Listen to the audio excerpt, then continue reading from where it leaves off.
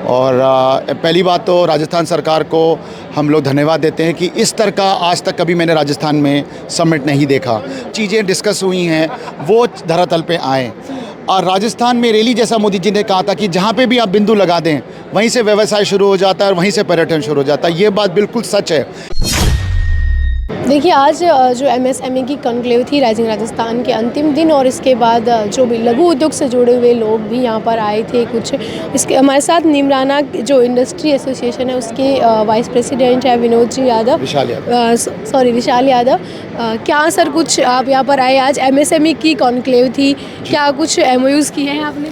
Ma'am, एक तो आपका मीडिया का बहुत आभार कि आपने मुझे इस लायक समझा कि आप वार्तालाप करें।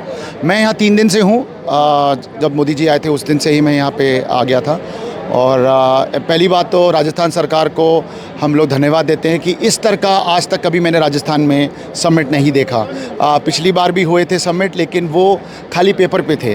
अब भारत सरकार और राजस्थान सरकार दोनों के पास ये मौका है कि 4 साल में जो एमओयू हुए हैं, जो चीज़ें डिस्कस हुई हैं वो धरातल पे आएँ।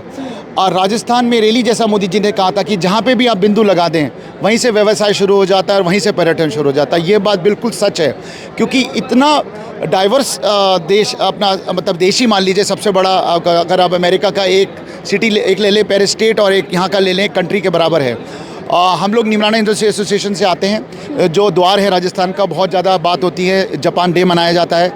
सिर्फ निमराना भारत का पहला कॉर्पोरेट पार्क है जापानियों के लिए। लेकिन अभी तक जो दिक्कतें आ रही थी, जैसे कि छोटे छोटे लोग लघु उद्योग नहीं जुड़े हुए, हॉस्पिटल नहीं है, रोड जो गाँव से ढाणी से इंडस्ट्रियल एरिया वहाँ पे नहीं है, स्किल सेंटर नहीं है। लोगों को जब बड़ी उद्योग लगती हैं तो लोग चाहते हैं कि लोकल एम्प्लॉयमेंट और स्किल हो। वहाँ का बच्चा गुड़गांव ना जाए, महाराष्ट्र ना जाए, अपने घर पे ही रहे। ये अभी चीज़ें नहीं हुई हैं।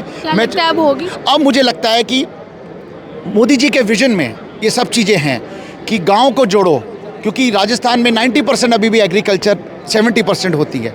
तो मुझे लगता है कि भजन लाल जी इस चीज़ को बहुत ध्यान रखेंगे। स्किल सेंटर बनाए जाएंगे। लोगों को आज के आधुनिक ज़माने में देखिए, अगर कोई इलेक्ट्रिकल इंजीनियर है और उसके पास स्किल नहीं है तो उसकी इंजीनियरिंग बेकार हो गई है। तो डाइकन बड़ी जैसी कंपनियां जो हैं वो स्किल मांगती हैं। मैं उस एरिया में रहता हूँ, मुझे दिखता है कि बच्चे बाहर जाते हैं, वो बच्चे नहीं जाने चाहिए बाहर। टैलेंट यहाँ पर। हाँ जी, हाँ जी, बहुत शुक्रिया। तो देखिए, राइजिंग राजस्थान जो ग्लोबल इन्वेस्टमेंट समिट थी उसका आज अंतिम दिन था। केंद्रीय शिक्षा मंत्री धर्मेंद्र प्रधान भी यहाँ पर आए थे। इस एमएसएमई के जो कॉन्क्लेव में उनका भी सेशन था, और इसके बाद मुख्यमंत्री भजन लाल शर्मा भी यहाँ से प्रस्थान कर चुके हैं। और कुल मिला के जो राइजिंग राजस्थान का 3 दिन का जो कार्यक्रम था उसका समापन जो है वो 2 बजे के करीब होता है। शुक्रिया।